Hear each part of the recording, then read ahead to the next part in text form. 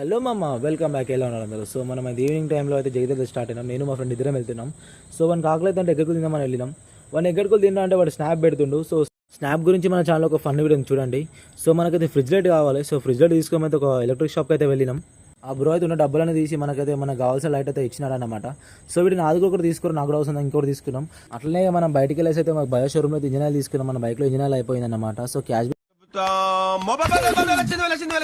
So మనకి ఇంటికి వచ్చి మన ఫ్రెండ్ వాళ్ళ ఇంటికి అయితే వచ్చేసాం అనమాట. సో ఇంటికి వచ్చి వాడు కొంచెం బిజీ ఉండడం నేనైతే వర్క్ అయితే స్టార్ట్ చేశాను. సో కిందన బోల్ట్ అయితే ఇంజిన్ ఆయిల్ తీద్దామని లోపు వాడు ఇంజిన్ ఆయిల్ షాక్ అయిపోయాడు అనమాట. ఏందిరా అంత బ్లాక్ అయిపోయింది ఇంజిన్ ఆయిల్ అని. ఏమైతే మనం వాడకం అట్లా ఉంది మరి.